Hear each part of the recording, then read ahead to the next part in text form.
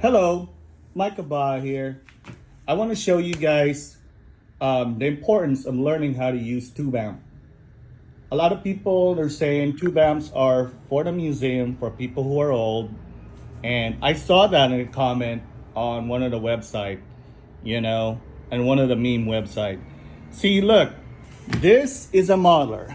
One of the modeler. You can have quad cortex, Tonex, like mine is a GT core, GT1000 core, old. But back in the day, we were already using those direct sound, except we use them as multi-effects, not the modeler. So when you run it with a multi-effects, you can run it straight to the PA back in the day. And voila, you won't have any problem. One perfect example that a product back in the day are Velvetronics made by Vox. Also, Digitech came up with tube amp sounds back in the day with a preamp tube. So it's not a new invention. It's the same thing. It's all about marketing, And so the tube amp, learn how to use the tube amp. And then so there's a preamp, there's a tube. There's a preamp with a tube, and most of them are 12AX ECC3, or there's a 4-pair or sometimes just a pair, of those tube, which could be CL6, CV6, EL34, and other tubes that I haven't mentioned. But learn those chime, learn those sounds. When you learn those sounds, you learn how to emulate it from here. Just because they show it and they present it to you doesn't mean it sound like it. You may think in your ear it sound like it. And the convenience, the fact that you're saying it's easy to carry, are all sales talk. What it is that funny, they sell this.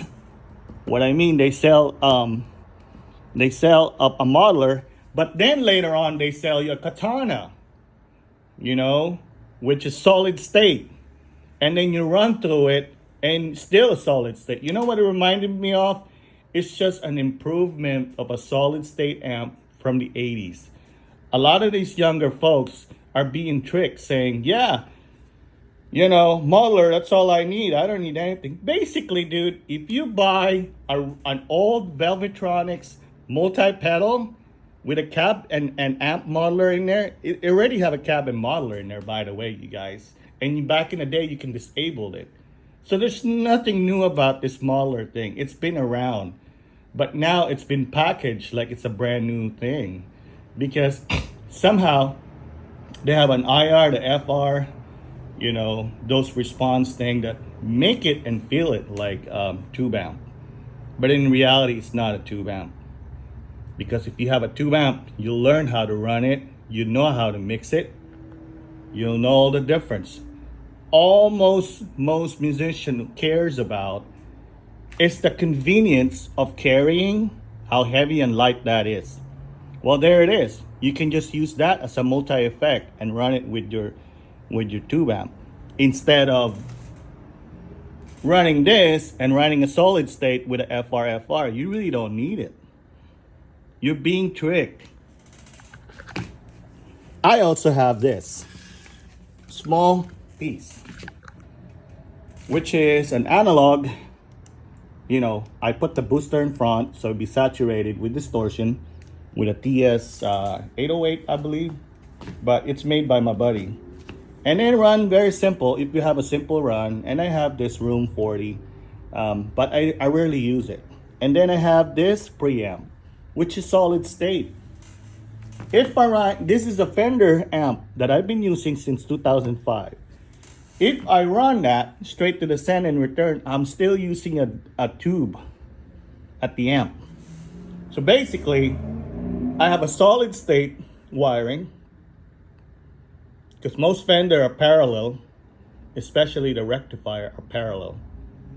And then you run it through the send and return, you'll get the tube response.